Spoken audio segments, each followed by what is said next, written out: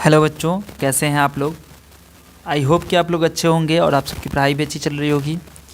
आज हम लोग करने वाले हैं क्लास 9th की उर्दू की किताब का चैप्टर नंबर 1। ठीक है। कई सारे बच्चे कमेंट में बोल रहे थे, मैसेज में बोल रहे थे, इंस्टाग्राम पे बोल रहे थे सर कि 9th का जो वीडियो है वो भी उर्दू का बनाइए। ठीक है। तो आज मैं आप लोग के लिए वीडियो लेके आ रहा हूँ, बट इस वीडियो में मैं आपको थोड़ा सा ही पढ़ाऊँगा। ठीक है। और मैं देखना चाहता हूँ कि आप लोग कितना ज़्यादा इसको शेयर करते हैं, कितना ज़्यादा लोग इस वीडियो को देखते हैं। उसके बाद ही आपको अगली इसका जो पार्ट है वो आएगा। ठीक है। देखिए, इंशाइया चैप्टर का नाम है इंशाइया। ठीक है।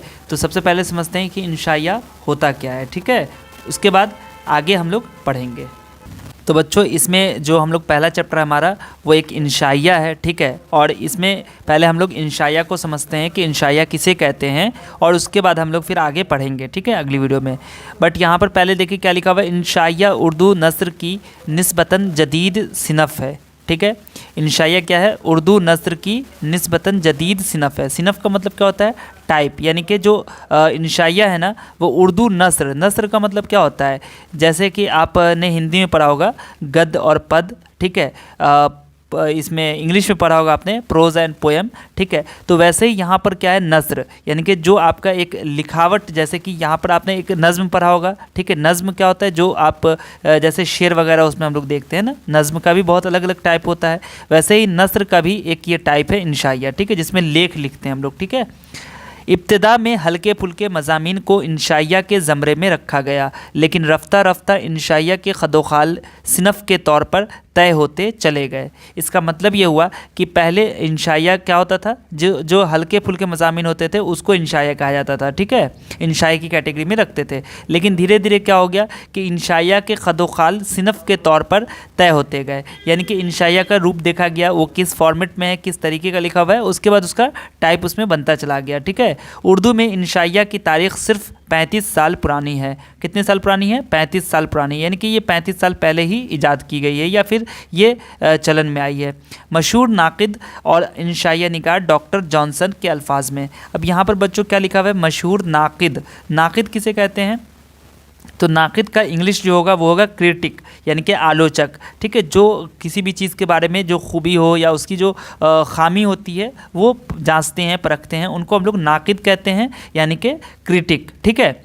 इंशाइया निगार डॉक्टर जॉनसन के अल्फाज में इंशाइया एक ज़हनी तरंग है। ठीक है। क्या है? एक ज़हनी तरंग है। ज़हनी का मतलब होता है माइंड, दिमाग, है ना, दिमागी। और तरंग का मतलब हो गया ख्याल, या फिर आप कह सकते हैं सोच। दिमागी जो सोच है, एक इंशाइया क्या है? एक दिमागी सोच है। मतलब कि इंसान के दिमाग में, इंसान के ख्याल में जो भी चीज़ें आती हैं वही इंशाइया है, जिसमें बेतरतीब, बेतरतीब मतलब कोई तरतीब नहीं हो, गैर मुंज़बित, गैर मुंज़बित का मतलब क्या होता है? जो मुरतब नहीं हो, जो बाकायदा नहीं हो। ठीक है। और नापुख्ता ख्यालात और जज्बात का इजहार हो। मतलब शायर निगार होते हैं, उनका जो अपने दिमाग का जो ये होता है, मतलब कि सोच है, ख्याल है ना, उसको बेतरतीब ढंग से, मतलब कोई सीरियल वाइज या कोई सटीक ढंग से उसको नहीं रखते हैं। गैर मुंज़बित होता है, मतलब उसको प्रॉपर वे में नहीं रखते हैं, कोई वो बाकायदा नहीं होता है, नापुख्ता होता है, मतलब कंप्लीट चीज़ भी नहीं होती है। इस तरह की जो लेख लिखे जाते हैं उर्दू के अंदर, नस्र लिखी जाती है, उसको हम लोग इंशाइया कहते हैं। ठीक है। कहा जाता है कि उर्दू में इंशाइया का ज़हूर मगरिबी अदबियात के हवाले से हुआ। ठीक है। क्या कहा जाता है कि उर्दू में इंशाइया कहाँ से आई? इंशाइया का ज़हूर मगरिबी अदबियात से हुआ है। मगरिबी मतलब, मगरिब मतलब होता है वेस्ट। ठीक है। तो वेस्टर्न लिटरेचर से ये जो है इंशाइया आई है उर्दू में। हकीकत ये है कि उर्दू इंशाइया ने मगरिब के इंशाइयों की पैरवी करते हुए अपने दायरे कार में भी काफ़ी वसअत पैदा की है। मसलन ये कि इंशाइया की में तंज़ो मज़ाह का उन्सुर नुमाया होना चाहिए। यानी कि ये कहा जा रहा है कि जो इंशाइया, उर्दू की इंशाइया जो है ना, वो मगरिब के इंशाइया से क्या हुई है? उसको फॉलो किया है ये उर्दू की इंशाइया ने। ठीक है। और अपने जो दायरे कार में, यानी कि जो उसका एक तरीके से कह लें फील्ड जो है इंशाइया का, या जो दायरा कार है, यानी कि जो दायरा है, जो सर्कल है इंशाइया का, उसमें भी बहुत ज़्यादा क्या हुआ है? वसअत पैदा हुई है। यानी कि बहुत सारे टॉपिक्स को उसने अपने अंदर लाना शुरू कर दिया है। मसलन कि इंशाइया में तंज़ो मज़ाह, तंज़ो मज़ाह मतलब क्या हो गया? फ़न वगैरह, है ना। और तंज़ का मतलब क्या होता है? ताना वगैरह, जिसमें क्रिटिसाइज़ वगैरह जो करते हैं ना, का उन्सुर नुमाया होना चाहिए। जब भी आप इंशाइया पढ़ेगा तो उसमें तंज़ो मज़ा आपको दिखना चाहिए कि भाई इस लाइन में या इस इंशाइया में तंज़ो मज़ा किया जा रहा है, ठीक है।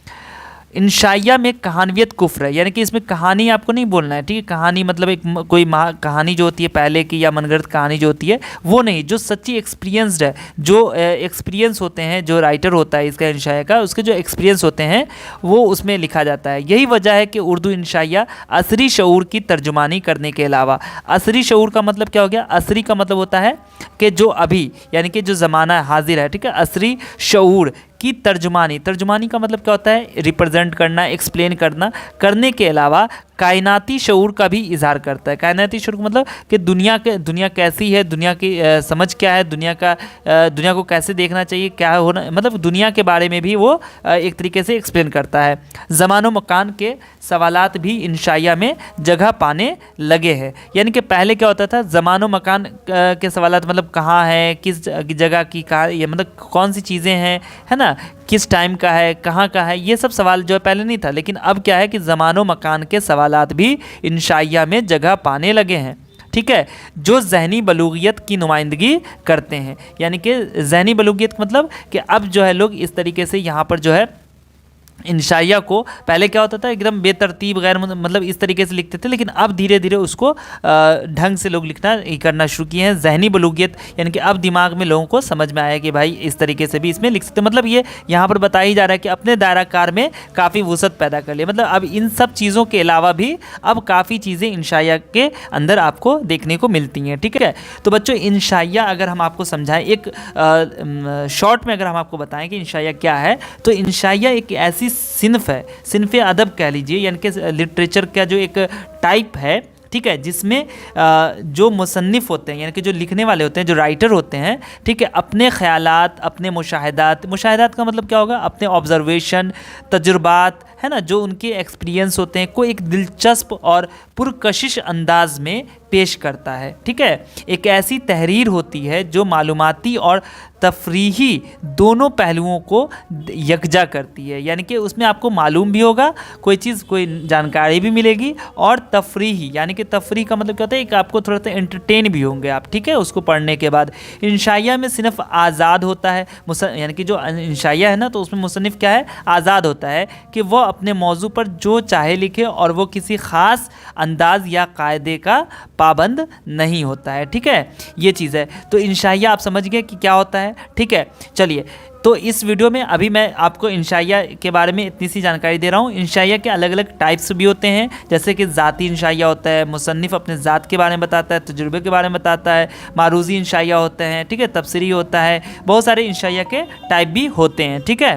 तो बच्चों अगली वीडियो में हम लोग करने वाले हैं सैयद मोहम्मद हसनैन के बारे में पढ़ेंगे, ठीक है, और उसके बाद जो इनकी एक यहाँ पर इंशाइया दी गई है हीरो, उसके बारे में भी पढ़ेंगे। तो आप लोग ज़्यादा से ज़्यादा इस वीडियो को शेयर कीजिए, ताकि मैं देखना चाहता हूँ कि कितने बच्चे इस वीडियो को देखते हैं, ताकि मैं उसी तरीके से और बहुत जल्दी ही अगली वीडियो भी लेकर आ जाऊं, ठीक है। तो आपकी जिम्मेदारी अब बनती है कि आप इसको ज़्यादा से ज़्यादा बच्चों तक शेयर कीजिए, ताकि मुझे जल्दी से जल्दी ये मोटिवेशन मिल जाए कि मैं आपके लिए सेकंड वीडियो यानी कि इसका जो पार्ट 2 है वो मैं जल्दी से लेके आऊँ। और कमेंट में भी आप बताइएगा कि आपको किस तरीके से पढ़ना है इस कहानी को, जैसे मैंने अभी पढ़ाया है, एक एक वर्ड को मैंने समझाया वो उस तरीके से पढ़ना है, या फिर आपको सिंपल क्वेश्चन आंसर कर लेना है, या फिर सिर्फ मैं रीडिंग कर दूं आपके सामने, आप उसको समझ जाएंगे। सिर्फ डिफ़िकल्ट वर्ड जो कभी कभी आ जाते हैं उसको मैं एक्सप्लेन करूं, ठीक है। तो आप कैसे पढ़ना चाहते हैं आप कमेंट में पूरा डिटेल में बताइएगा, ठीक है।